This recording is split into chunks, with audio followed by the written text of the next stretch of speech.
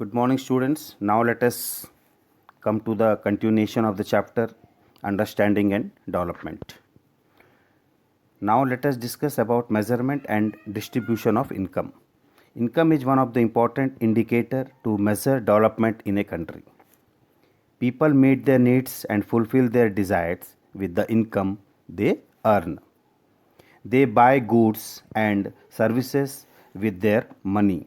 So the total population of goods and services of a country help us to estimate the income earned by the people. We use the capita that years per person income and GDP. GDP means gross domestic product as an indicator. GDP is obtained by dividing the total output means production of a country by the number of people means population in the country. GDP is nothing but it is the value of the total goods and services produced by the state.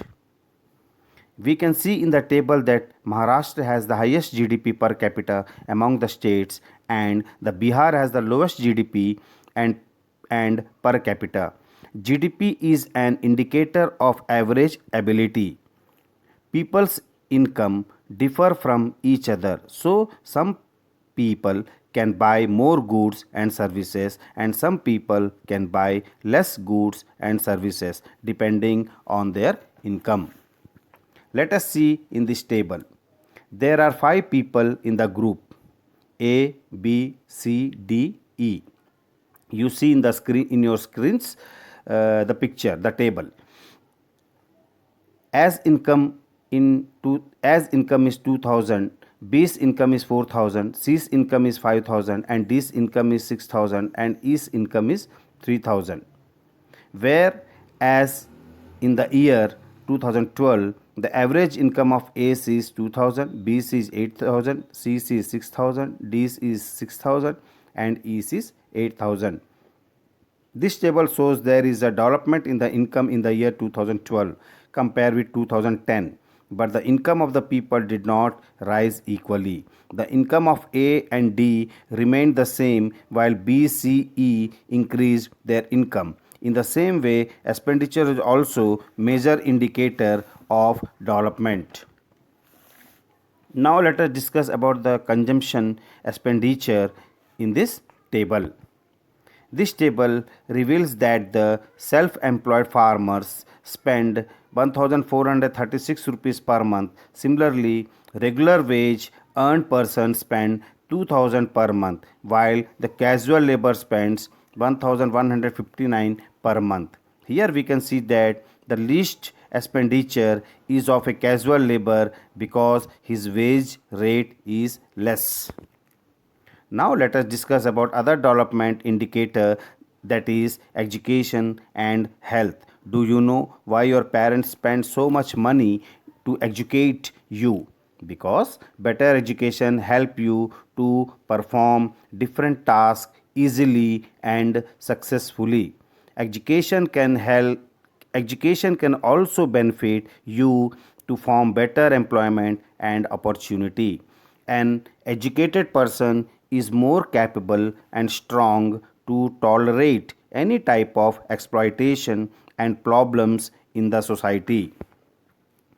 Equal education is important in our society because equal education gives women the opportunities to develop their talent and also favor son and daughter equally without showing difference between them.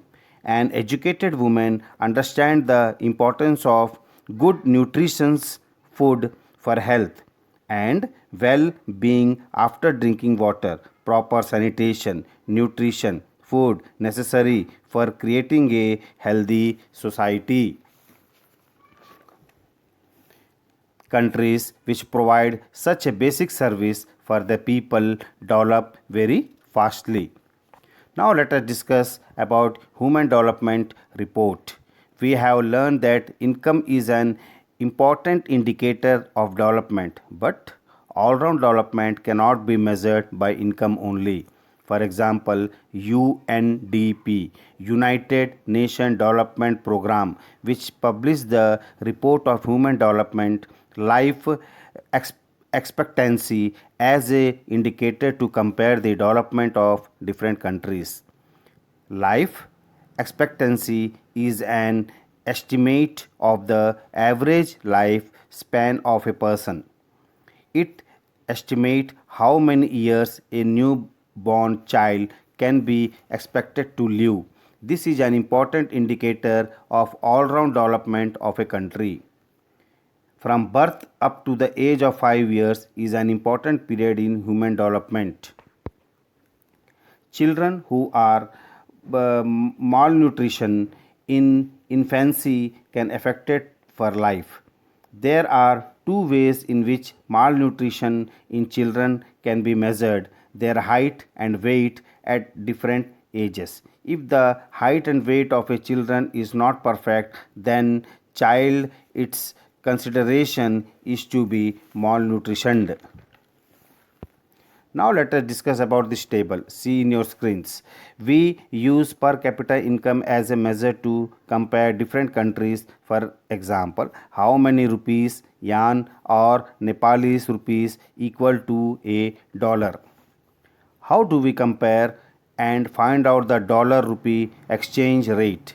If we do not use market rate, for example, American countries brought goods and services worth $100 in America. How much would we have to spend to get the same goods and services when he come to India? Now, suppose he spent rupees 3,500 to buy the goods and service, then $1 spent in America would be equal to rupees 35 spent in India. By this, we maintain purchasing power parity. Income among countries is compared by taking purchasing power parity into account. Power parity means measurement of price in different countries. Now let us discuss about public facilities. We cannot buy all our basic needs and facilities with our personal income. For example, income would not help us to buy a pollution free atmosphere.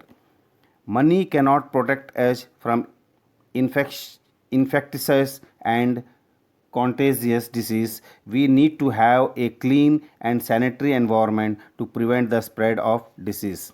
For this, we need several public facilities. For example, a safe drinking water supply system would benefit everyone.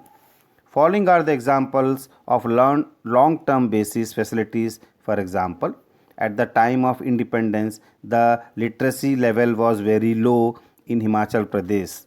It was challenge task to establish school in this hilly state, but the government had decided to open schools to provide free, low cost education. Gradually, the schools were given additional facilities such as more teachers, classrooms, toilets, drinking water, etc. The state also encouraged the education of girls. The women here became self reliant. In this way, the spread of education lead to major change in the Himachal Pradesh state with the literacy rate of 83 to 98%. We have tried to understand the concept of development in this chapter. We have learned that societies can be considered developed income if they have good literacy rate, life expectancy and nutrition level. Okay, thank you children. We have completed this chapter. Have a nice day. Stay home, stay safe. Thank you.